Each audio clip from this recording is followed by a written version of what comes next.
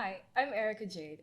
I'm a voiceover artist and a model slash manager here at Panthera Management Agency. And today we are going to be talking about the nitty gritty bits of the fashion industry with these beautiful ladies over here. Hi, could Hello. you introduce yourself? Hi, I'm Vishpi De Silva. I'm the Chief Executive Officer at Panthera Management Agency. I also work as a creative director and a legal consultant. Okay, I'm Nadira. I am 21 years old. I am currently studying fashion at AOD and it's my third year. Hi, I'm Ridma Samarnaika. So I'm a senior fashion designer and a product development manager. And then I work as a stylist and also I work as a lecturer in fashion. All right, it's safe to say that you guys are well versed with the fashion industry. What does the fashion industry or fashion in general mean to you? I think it's basically, in a way, who you are, what you do, maybe the way how you live, do things, pretty much everything. It's just not the way how you dress up, but basically it's your lifestyle, I believe. What about you, Vishmi and Nagara? It's like a form of expression, I'd say. So each and every individual have their own personality. So it's a way of presenting yourself to the world, or it's a way of enhancing your character, I'd say. So it's very unique to each and everybody. Yeah, I agree. They covered it. That leads me to my next question. Nowadays, it's all about don't judge a book by its cover.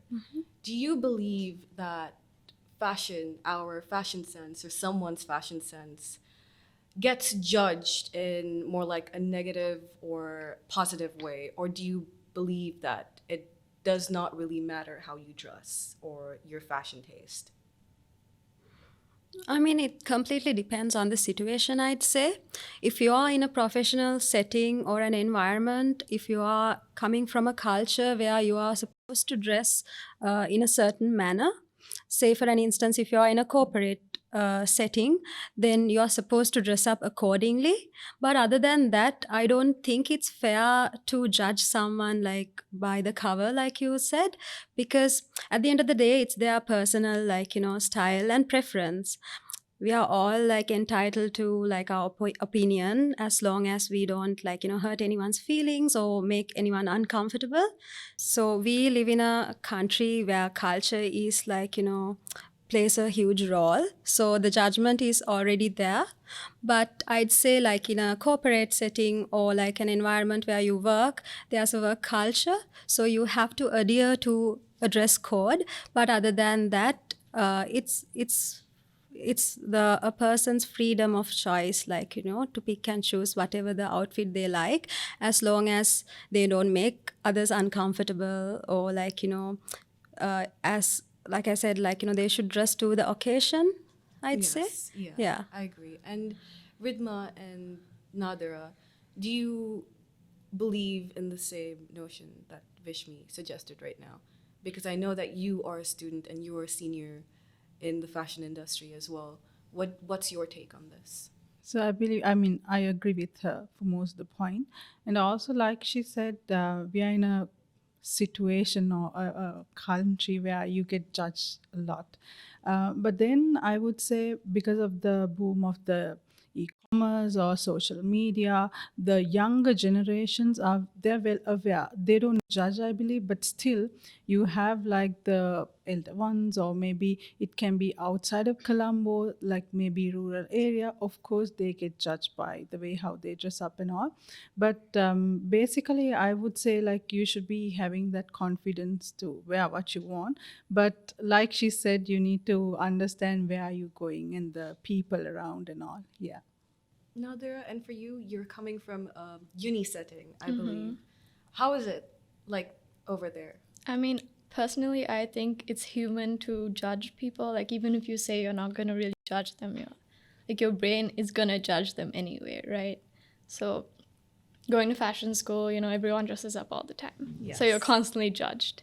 So, I think, like, the amount of effort you put in to kind of get ready every day kind of shows, like, the amount of love that you have for yourself. That's what I believe at least. But I don't think people judge on purpose. Like, I don't think they intend to judge. Do you understand what I'm saying? I do. Yeah. That is true. I think that's how our brains are like, molded, Yeah. That's given how the it's culture wired. and the society. That's true.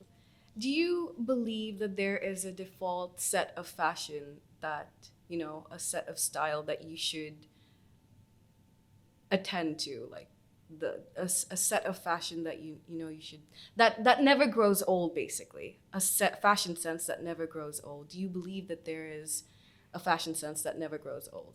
For example, it could be a regular pair of jeans and a white shirt.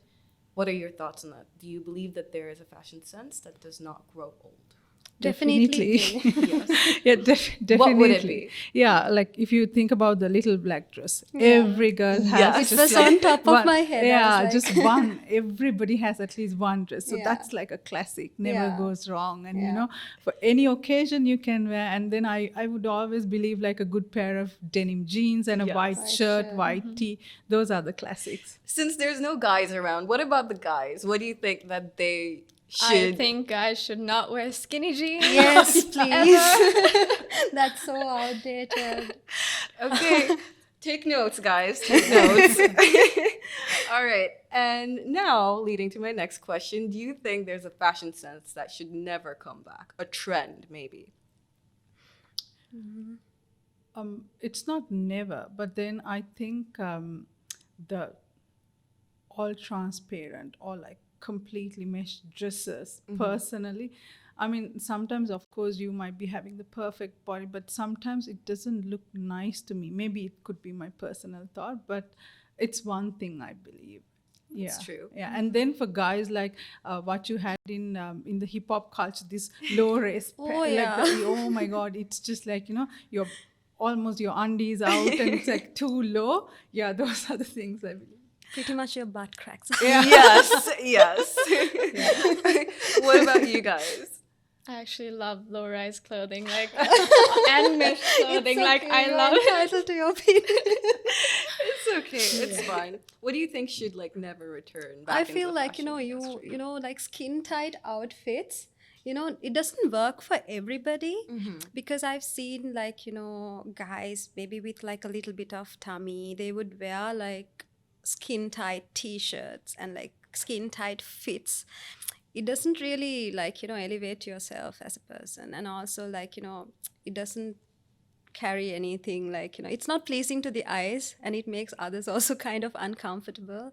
If you're reaching, and like she said, like low-rise jeans, if you're reaching out to get something, someone's in front of you. If that person's reaching out to get something, the person behind him is in such misery. So I think especially with the guys I'm yeah, talking especially about. with Yeah. the guys. But Yeah. I've seen I get what you mean also. I think 90s fashion Yes, trend, when they yes. had this low-rise jeans Yeah. with a nice belt with a good figure. That's really cute. Exactly. I mean, That's there's true. two sides What's to your both of it. favorite fashion trend? I mean, I'm not sure about the era, but I'd say 50s, 60s, classic England, those beautiful dresses with heart, sweetheart neckline and a little bit of puffy sleeves, and then those flowy dresses. It's coming back in trend. If you see, famous clothing brands, even here in Sri Lanka, they are bringing it back now. So true. that never, I feel runs out of style. Personally, for me, I love it. Nadira, I'm curious to know what you think as well. Mm, Because you, judging by character, you are someone that's who likes to experiment, if I'm not yeah, wrong. Yes. you're very right. You're youthful, What's your favorite fashion trend? Probably chunky shoes. I mean, I love chunky shoes. Were they from a certain era, if I'm not mistaken? I think in 60s they had go-go boots, and then Wow. only it became really popular, according to my interesting. knowledge. Yeah. What about you? Yeah. Nora? So, one thing I always love is this bell bottom, and because it Yes. shows a high waist kind of thing, so it shows your height and all. That's something I really like, and I'm a bit more into the blings. So Okay. bit of blings here and there, not from head to toe, Yes. but blingy kind of ones also. Yeah. That's lovely. Yeah. Okay, now in the fashion industry, there is a certain perception when you say that you work with fashion, I'd like to know, before getting into the negative sides of it, I would like to know what positive perception people usually think about when they associate one person with the fashion industry. Well, they are extremely expressive with their style. They are very bold, and I feel like, they are confident enough to, like, rock what they wear. So that confidence is something everybody appreciates. Because in the fashion industry, be it any industry related to fashion, that people skills like, networking, communicating better, that is something that everybody should possess, and people appreciate it. A good sense of style and being able to communicate clearly and, like, in a nice way. That's true. So What about you? One thing is, like, I don't know whether it's a misconception, but people think fashion is luxury. Of course it is. But that's really nice. Like, when you're in the industry, you have the shows, you work with models and PR and everything. It's always nice, something beautiful, I would say, in the industry. And as a designer, when you create a design and you do the production, and when you see it on the runway, that happiness, you can't take it from anywhere else. And also when you see it on a real person, like, maybe you have put it to the retail market, and then when you see people wearing your dress, that's so, I mean, that's a really, I would say, like, that feeling you can't get It's it from fulfilling, yeah, isn't it? exactly, yeah. Nadira? I like the attention to detail that people do, because when it goes into garments, it's a lot of attention to detail that people don't really notice off the top of their eye, or, like, I don't know how to explain it. But do you get what I'm saying? I do. I Yeah. do. The it's just attention like to detail. amazing how people can play with different materials Yeah. and silhouettes. The And also, colours. as a creative director, what satisfies me the most and what I feel everybody adores is that being able to style someone, like, look at a person and be like, okay, this style or this look might work really well for this person, and coming up with this whole outfit, hair and makeup. So if you take a production without those elements versus a production with those elements, there's a huge difference. And the confidence it brings to the model or the person wearing the outfit or the makeup is like, it's priceless. I feel like the fashion industry is incredibly positive, right? Yeah. Because it's an expression of the sort, and it's true. Like, whatever you guys said, it's absolutely true. However, I would like to get into the negative sides of it as well. What are the negative perceptions one would have when it comes to the fashion industry? Because I know when you say you work in the fashion industry, there's always going to be one person that's like, "Oh, are you sure?" Exactly. What do you guys think about that? I think, like, I started my studies and working, I think, pretty much, a few years ago compared to them. So back in the days when I started, also when I'm doing designing, they were like, "Is it modeling?" Like, believe me, in Sri Lanka. So, is it modeling? I said, no, it's just designing. And then some people like, is it like you're stitching clothes? I said, yeah, there are people who stitching, but we design, and of course we can stitch. That's a different story. Fashion is a beautiful, very luxurious industry, but the behind the curtains, behind the doors, that hard work, and then things like sometimes we have to do fabric shopping, work with the industrial people, and then sometimes you being a woman or a girl also, because we have to meet different type of people and inside the factories and all. Then sometimes it's not disrespect, but then also, like, sometimes it's bit of misunderstanding. And especially when you say you're from fashion, they always think like you're like a quick catch.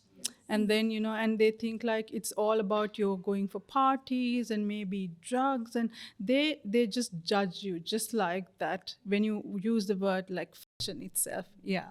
So like that, of course, we have like different, like, it depends on the people that you work with also. It could be especially in Sri Lanka, they don't have that understanding. But if you go to a Western country, there's a huge respect. You take the designers and all these well-known ones, that they have so much of respect. But here it's a bit less, I would say. Yeah. I feel like the biggest negative part is that, like you said, it's behind the curtains. You know, the fashion industry is incredibly vast. When people say fashion, they're like, oh, maybe designer, like you said, or modeling. It's so much more than that. Like, there's creative directors, there's the textiles, the matching of colors, everything. It's upsetting that this is a very underrated topic as well. You were about to say something. No, I was going to talk in the perspective of like a model. So usually when we go on set, like initially when I started like, modeling and acting in TVCs, they tend to think you're not like knowledgeable, like, you don't possess much knowledge, and, you are just like not book smart, you're not like educated enough. So that's a misconception. So because most of the time this fashion industry is now only it's getting a bit professionalized, like in Sri Lanka, because initially, like, models would just come from rural areas, they'll do anything and everything to get a part here because that's the culture they have brought up to.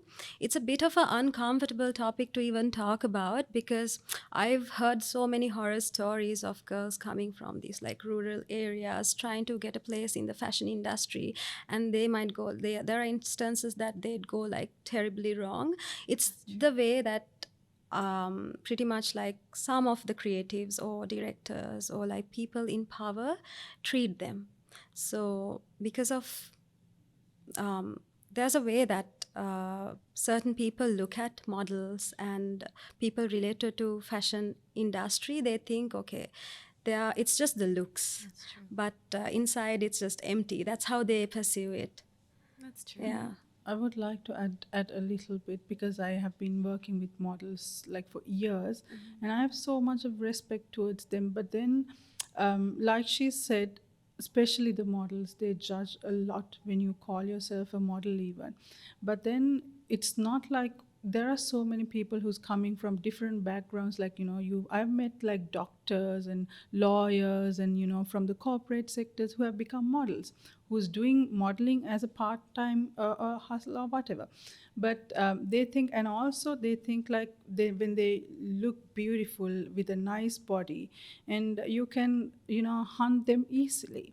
It's not, but of course, like she said, maybe because of certain people, how they have behaved or whatever, so people have maybe a wrong belief, or like they have like, Yeah, it's a misconception coming from those days because we were taught modeling is a bad thing. Appo, is she a model? Yeah. Like, is like they most of the time they think, okay, their head is empty, it's just the look, just the cover, like you said, like, they're always judging the book by the cover. That's true. Yeah. You as a model, both of you guys are models, and you as a senior, like executive, a designer, what's your horror story in the industry? What's something that you don't want? Like, do you have any personal experiences, as in like something went incredibly wrong, as in the sense of maybe an outfit mishap, or maybe you wanted to design something but it didn't really go as planned? Do you have any personal stories to share, or?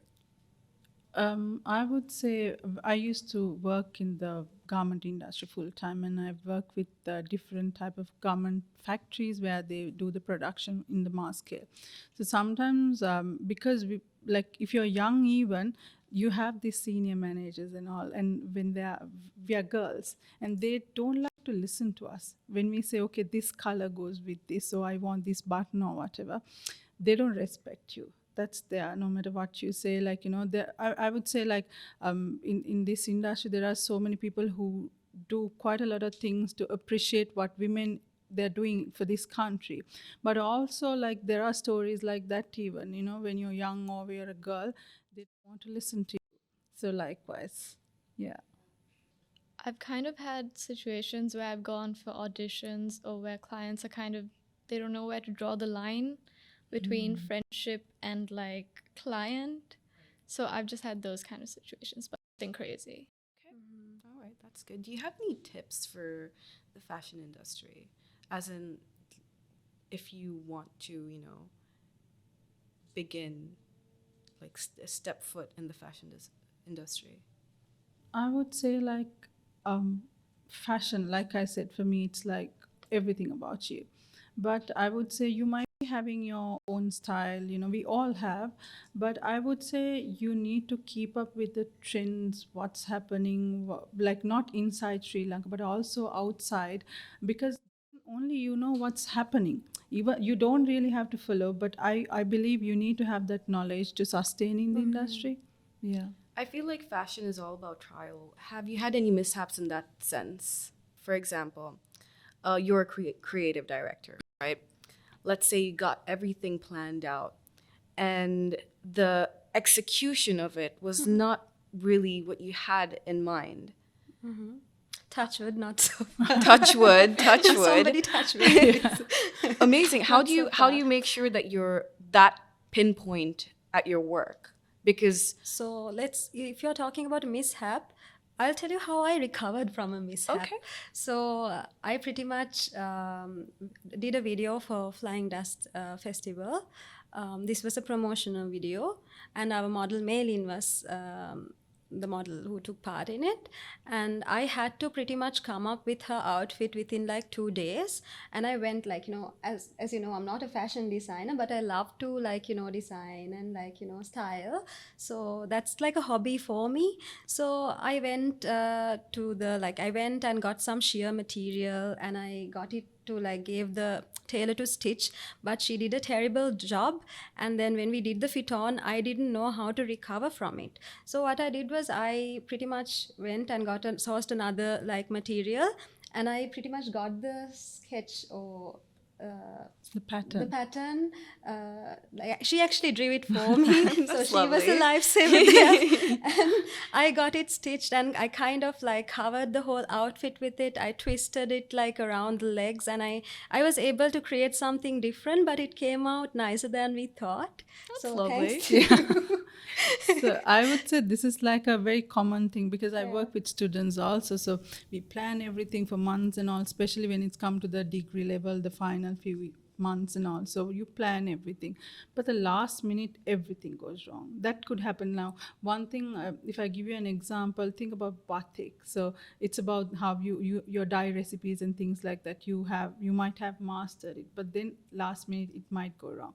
So I would say, like in general, the best thing, even what I do is I always have like a plan B, C, maybe another one, because you never know in the industry. Sometimes, like she said, they don't stitch properly, or the fabric you might ruin it, or you never know. Especially like if you are working with production houses, they do the project within like 24 hours, 48 hours. It's like really fast. So, and I would say, please have your resources, like not one tailor, about 2-3 you need to have in good touch with them, good communication. You need to have like friends or family who would help you. So it's like you need to have that backup always. It's a must. Nadira, if you don't mind me asking you, have you created a collection for uni? Not collections, we just make one piece per semester, but this year it's a collection. So Wow, how is that going for you? Have you planned it out? How many pieces are 6. there? Oh, okay. Yeah. What are you like inspired by? Currently I'm doing string theory. Oh, Okay, wow. wow. Have you executed it yet, or are you Yeah. first in the? So I'm in the process of it, but Okay. it's like still in the development. Is it Stages going of to it. plan? So far, yes. Okay. Yeah. Lovely. But All right. it's always going to, like, the last few weeks is so hectic. I can imagine. What are you doing to make sure that your execution is the way that you want it to be? So I'm like very focused on managing my time. So I have time blocks. So I time block work hours per day. So that kind of keeps me on track. That's incredibly smart. What's the relationship between a model? Well, what's the relationship a model should have with fashion?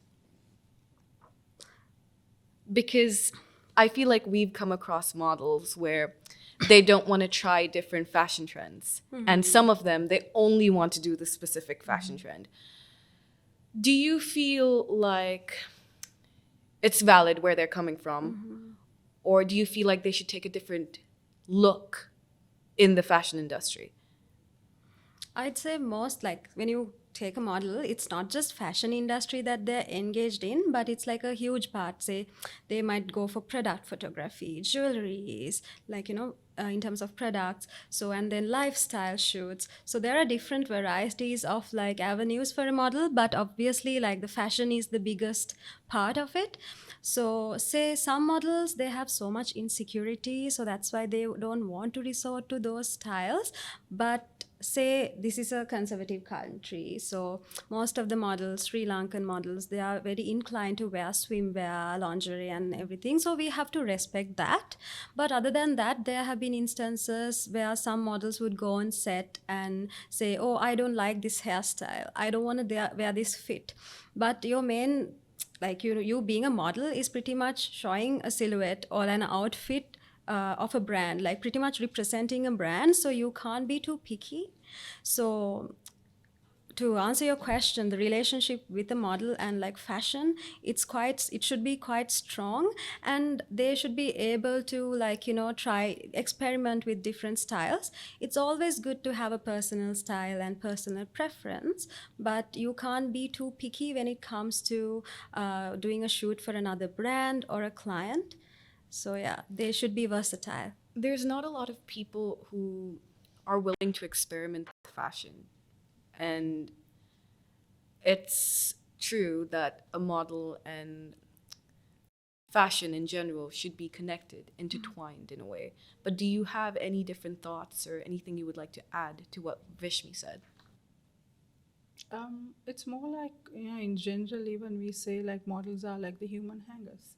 So, I mean, apart from that, especially if you think about the ramp and all, they just have to wear it and go. And then they should have that confidence to walk with heels and do those certain poses and all.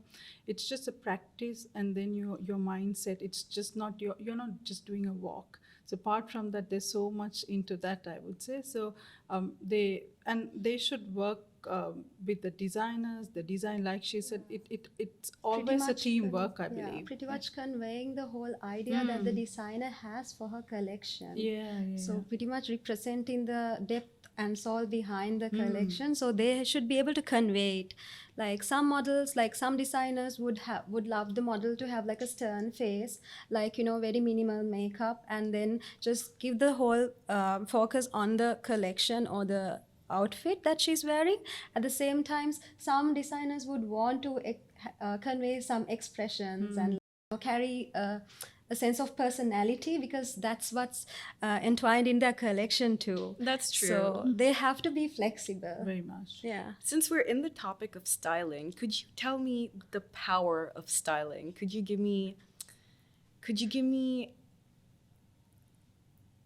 an explanation to why you think the power of styling is that, well, powerful? So styling, like I said, it's also a way of communication. Like these days, like this clean girl aesthetic is taking on. But I feel like that's just like not right, because vast majority who doesn't have a sense of fashion, they'd say clean girl aesthetic is the way to go. But then again, if you are expressive, if you know what works best for yourself, and if you know your personal style, say now you are wearing something completely different to what I'm wearing, and she's wearing something completely different to what she's wearing. Like, we have our own personal style. So it pretty much conveys your personalities. This is Erica, and this is Vishmi, and this is Nadira. It's very unique to each other. So without blindly following what's in trend right now, I feel like if you are using fashion the right way, there's so much power to it. Could you talk to me about the power of styling as well? Yeah, so I mean, it's more like not just wearing something, but how you put up things together. Your hair, makeup, jewelry, everything matters. But apart from that, I'll give you one example which popped in my head. Nowadays, especially with this e-commerce, social media and all, even if you want to sell something, now back in the days, if you want to sell a water bottle, you just take a picture, put it there. That's true. But nowadays, say like how many things that you would put. You have a background, you have like maybe a human element, someone would hold it or whatever. So nowadays you can't just put something just out there. So same thing to yourself as well. So if you want to be bold and if you want to get notified in a crowd, definitely you have to have that styling. You need to figure out what you like as a person. Like she said, we all are very different. You need to understand what works for you. Sometimes we see beautiful dresses, but when you wear it, it doesn't go with your looks or your skin or whatever. And I would say it's always trial and error, and then you figure out. But I would always say, personally, I believe wherever you go, even just for shopping, just be yourself, wear something nice, put up yourself nicely. So that's a very different feeling. You're not doing for someone else, you just do it for yourself. The power of styling consists a lot of factors, right? From jewelry to shoes to the colors you wear. Do you think there's a certain factor that is the most important in terms of the material you wear? For example, jewelry or colors or the shirt or the pair of shoes you wear. Do you think there's one important factor from what I mentioned or more? I believe one of the elements Yes. will be color, because there's something called color psychology, which we don't go in depth, because every color speaks to you a different language. So if again I'll give you an example, maybe I'm a lecturer, so that's how Yes, it please. comes to me. So if you take red, if I ask someone what is red to you, one might say it's love, another one might say like it's the emergency, or like power, strength. So it has a different meaning. So I think for me, the color is king. So you need to have that color understanding, that color psychology and all. So because it speak a different language to everyone. That's true. I'm such a color nerd as well because I'm studying the color cycles and whatnot. Do you have anything to add to it as well? Do you feel like there's a certain color you should wear, like you said, color psychology, a certain color you should wear to certain events or certain events of your life per se? Not along the lines of color, because I don't know much about it like you do, but I'd say like dressing according to your body type is very crucial, because it can either accentuate your figure or just like make it look like a blob. That's Yeah. true. Nadira, what about you?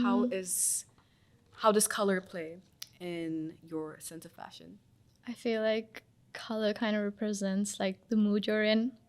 At least for me, I like to dress according to my moods. But like I feel like in terms of styling though, I feel like you could elevate your look so much. Like you could wear a most basic outfit ever and you could accessorize it and completely look like so cool. That's true. Yeah, but like, and then you could wear a really cool outfit and not have too many accessories. Yeah. So I feel like there's like a balance. Okay. Something I lack of personally is I don't know how to accessorize. I don't. Like, I'm going to be very honest with you. I just have my chain that I wear every day and my bracelet that I wear every day. And today I woke up and I was like, you know what? Let's remove my earrings and play something big. Something, because I decided to wear all black today. I'm a little bit of a... Yeah, I like black. Black is a good color on me. And do you have any tips for people like me who don't really know how to accessorize? One thing I would say is just do a bit of research. There are so much of materials, it's just fingertips away. So a bit of reading, and then if you go through like trend reports and things like that. And also one thing that I'm looking to is like the people that I would like let's say someone else is dressing, the way how they dress up and all, I look into them and I see like what they wear, how they style them, and then what is happening in the trend. So I try to put them together and I try to pick what works for me. Yeah. In terms of my personal style, if I'm wearing something very complex, if the outfit is very complex, is there heavy details, I would go for very tiny, dainty accessories. And if my outfit is very plain, then I would like, go heavy on the accessories. And then it depends. Like, say for an instance, if you are wearing a turtleneck and if you wear something long, it doesn't look nice. Whereas, like, you wear something deep neck, and if you wear a long pair of like, earrings or chunky earrings, it looks much nicer. So it's pretty much like, playing between what you're wearing and then accessories. You can either wear a lot or less depending on what you're wearing. So you can either elevate it or tone it down a little. All right. And you, Nadira? I feel like I'm incredibly inspired by other people. So I used to be really afraid to kind of wear a lot of jewelry because I'd be like, okay, everyone's going to think it's too much. But I found this one creator, I don't remember her name, but she wore like chunks, and I was like, you know what? It's cool again. Yeah. Like, I feel like you just need to experiment enough to find what inspires you. That's true. Definitely. Like, if you think about Nicki Minaj, Cardi B, Yes. my God, the blings, the Yes. colors, the shapes, and it's like it's different from one person to the like you said. That's what I said. Like, you can look into other people and you can check what works for you. That's true. I love how we as a society in the fashion industry, it's all about inspiration. We look at each other, we look at a close friend, we look at like someone we look up to, and we're like, you know what? Let's get into this. And we automatically find our vibe, I would say. It's beautiful. It's a beautiful concept. What are the challenges you have faced in the industry? I'd say working as a female creative director is a bit tough because people tend to not take you seriously. So there was this one time I actually did like a mass scale production. This was almost as a TVC, but it went on social media. This was an EVS campaign. So the whole set, except our COO Yasmin and Kavi, of course, everyone else was, and also the actress, everyone else, I think there was like around 15 to 20 people. They were all men. So controlling that crowd was a bit tough at first. Like when we went to the set the previous day, I understood that they're taking me lightly. So when I went on set, I have to base my grounds. And because I remember the previous day, one of the producers I know, he came to me, he checked my call sheet, and he was like, there's no way in hell you can do this in one call sheet. You will at least need two. And then he freaked me out. The tendency of like, men freaking you out. That's true. That's a horror story itself. Yes. Because they underestimate you, they undermine you. So I said, it's okay. I went to the location, I stood my ground, and I said, I need these shots taken a certain way, and we need to stick to this call sheet. And it became one of the best campaigns. I think now it's got 1.3 million views so far. Like within like a few months, it got a lot of views. So I'm so happy about for it. you. I'm so happy. So that was a horror story for me at first, but I kind of turned it around. I love this because this is a story that we all can learn from, I love how sometimes things at first always seem tough. But if you keep trying and you didn't give up when you were in a bad position, she didn't leave it be. I feel like this is also an incredibly valuable lesson, not only for the fashion industry, but for the work you take on outside of it. What about you? What is or was your biggest challenge in the fashion industry? I started my career when I was really young, actually. So then, like, that's one thing, like, you being a girl and young and all, people wouldn't listen to you. Like, you work with a lot of mature people. That's one thing. And from our like aspect, when it comes to designing industry, we are in a country where we have very less amount of resources. That's one thing. So you getting them down and then working with other factories and things like that, and like she said, it's really hard sometimes. And also like the raw materials and things like that, those are like the issues. And we don't have that much of like people sometimes very well crafted or like skillful people we don't have. So those are kind of challenges. I feel there's a lack of people who thinks creatively. They just know how to follow instructions. Exactly. They don't like to, I would say, challenge themselves. Yeah, exactly. That's true. And Nadira, your challenges in the fashion industry? Well, as a uni student, I think it's really hard to be taken seriously because, like, whenever I tell someone, oh, I'm studying fashion, they just kind of like, oh, you're not going to get far. And, like, even our lecturers, like, I love them, but they're always like, you have to work hard because if you don't, there's only a certain percentage that's going to make it. So it's a really hard industry. It is, indeed. Yeah. But I feel like the biggest takeaway of this conversation is to not give up and to not stop trying. If this is what you want to be, period, this is what you want to be. I think that sense of confidence plays a major role in the fashion industry. Because say for an instance, I've seen fashion designers who has very peculiar styles, but then again they're so bold. They are like, they make a statement. They don't care what others think, and people tend to grow and like love their style with time, So it's all about the confidence also that you carry. That's true. And it leads me up to my final question. We are to conclude this, but before we go, to everyone out there who is dreaming or who is wanting to step into the fashion industry, but they can't because of what they hear from the outside world, I want each of you to tell me, basically tell me or give them advice based on your knowledge, based on your experiences. I would say first thing is you need to have that willpower, or you should make sure I want this no matter what happens.